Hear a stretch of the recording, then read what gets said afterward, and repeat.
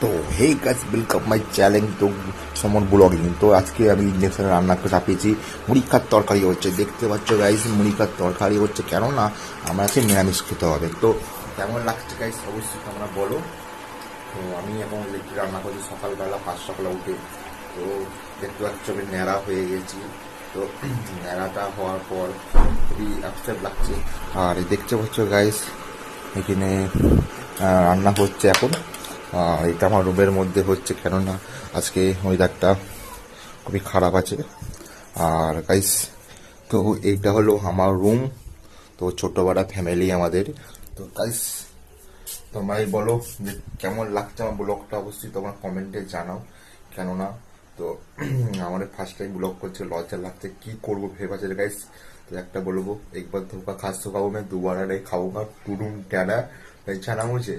तो गाइस